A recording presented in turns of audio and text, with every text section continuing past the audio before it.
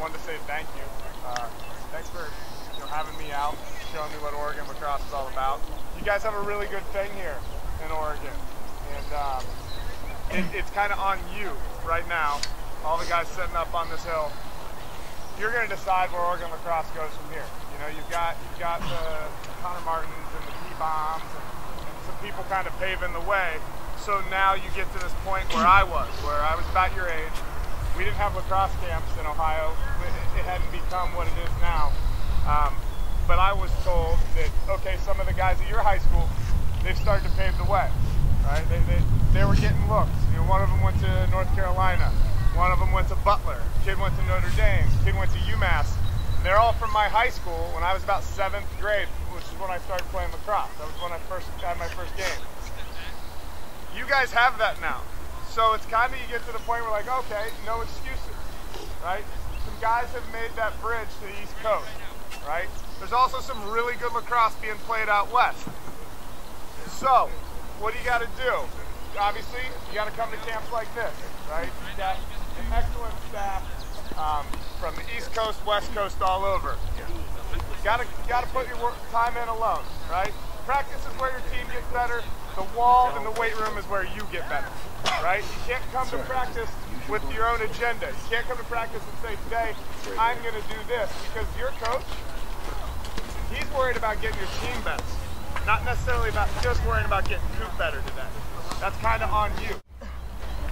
You got to be a good guy, right? That's a pretty broad term, a good guy. What's a good guy? It's pretty simple. A good guy is someone who looks you in the eye, right? A good guy is someone who shakes your hand, right? Shakes your hand like a man is what I was told, right? Is a gentleman, right? Like I said, you get to put these costumes on and you get to be anything you want. You put your helmet on, it's like putting a costume on. I like to joke around, probably talk entirely too much, these guys will tell you that. Have a lot of fun, but when the costume goes on, it's all business, right? I get to turn into an absolute animal, right? As soon as that helmet comes off, it's back to being a gentleman. Yes, sir. No, sir. We don't do yeah around my football teams that I grew up on, around my lacrosse teams. It was yes and no, right? That might sound silly to you, right? But if you ask any of the mentors in my life, who mostly started as coaches of some sort, whether it's a life coach or whether it's a lacrosse coach or a football coach, one of the first things they'll tell you when they talk about the person I've become is that when I met him, it was always yes and no. When I get asked the questions, it's never like, yeah, coach, I got you. No, it's yes, no. I'll tell you a little story, how it came to be that way. I had a football coach named Nick Roman, nasty Nick Roman. He was a professional football player for the Browns and the Bengals. Those are two Ohio teams that are pretty irrelevant, so bear with me. Right. He was also a two-time captain of national championship Ohio State Buckeye football team in '68 and '69, right? And when I got him, I was a freshman, and he just took me aside. So right where you guys are, a lot of you guys are right there, or maybe a year or two past it, or maybe coming up on that age. And he just said, this is where you got to make a decision what you're going to do in life. Like, whoa, whoa, whoa, 14 years, I don't even have a car, right? I didn't get a car until I was 22, but I thought I was going to get one when I was 16, right? He said, you got to make your decision. And I was like, I have no idea what I want to do, coach. He goes, no, not what you want to do, but who you're going to be, right? Who you're going to be. Are you going to be the guy that comes and mails it in? I don't care if it's sports, school, or whatever. Or are you going to be the guy that no one ever has to worry about? And I was worried about, well, my parents will tell you still to this day they probably worry a lot about me, right?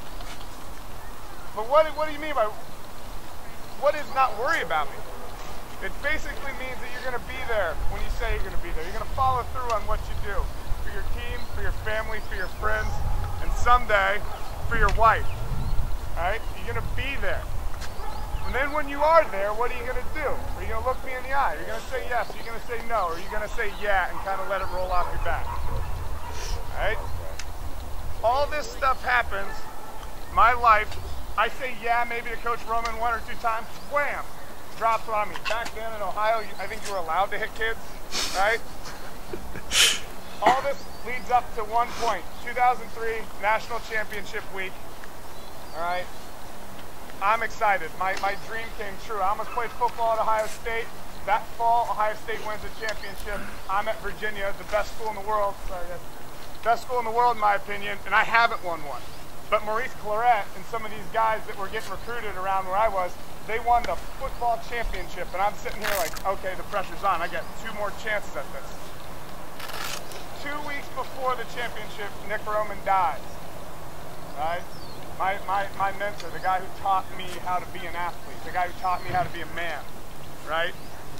Along with some really good help from my parents, obviously. He passes away. I see it on the bottom of the ESPN ticker, right? And I'm so focused on me. This is me. This is my championship season. Focused on me. It's about me. And all of a sudden, I'm watching it with Tillman Johnson and my best friend John Folk and our doom. And on the bottom, it says Nick Roman dies at the age of 56 or something like that. And then it shifted again. Like, what are you doing here? Why are you here? Right? It's about you, but it's about something much bigger. Right? And I got a little, this is me, this is my time, I want to ring. And then I realized that somebody got you here today. Literally someone dropped you off. Maybe some of you older guys have a car. If not, someone paid for you to be here. Someone got you these crazy bright sneakers that 90% of you are wearing. Somebody got you this really expensive lacrosse stick. So what are you going to do with it? This is your choice. What are you going to do with it? You're either going to take it for granted and it's going to become a me-centric sport, or you're going to have fun. You're going to take these last 2 days and you're going to change everything, or you're going to continue to grow on the path that you were. You're going to listen to these coaches. These should be your idols. These are your local guys, right? You've got to be them before you can be that guy, right?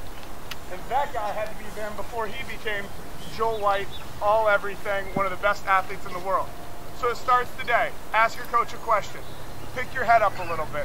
Look me dead in the eye. Ask me a question. I'm going to remember you if you do that, right? He's going to remember you if you do that. Coach V will certainly, you can tell within 2 minutes that's the cloth he's cut from, right? So today, thank your family, thank your parents, thank your grandma, thank your mentors, whoever got you here, by buttoning it up this morning, not having to warm up your heart. You stretch your legs, you never stretch your heart. I heard Michael Jordan say it, right? I may be exhausted, but my heart's never fatigued. So today, challenging you at 7:30 in the morning or whatever time it feels like, right, to pop up and get going. This is it. This is your chance to just be awesome, right?